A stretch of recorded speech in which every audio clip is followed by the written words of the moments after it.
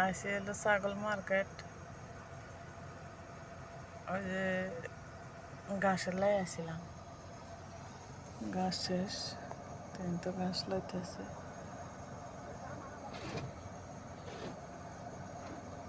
কাশি করে 1 টাকা তো জানেনি, একটা বান্ডিলের দাম হলে যায় 1 রিয়াল। তো আমাকে ঘাস শেষ গেছে, হুগনা খেরো লাগে। কাঁচা ঘাস আছে কিন্তু হুগনা খাট নাই আর কি। তো খেরা লেগেছে, কিন্তু কিনে লেগেছে বুঝে আছে এখানে।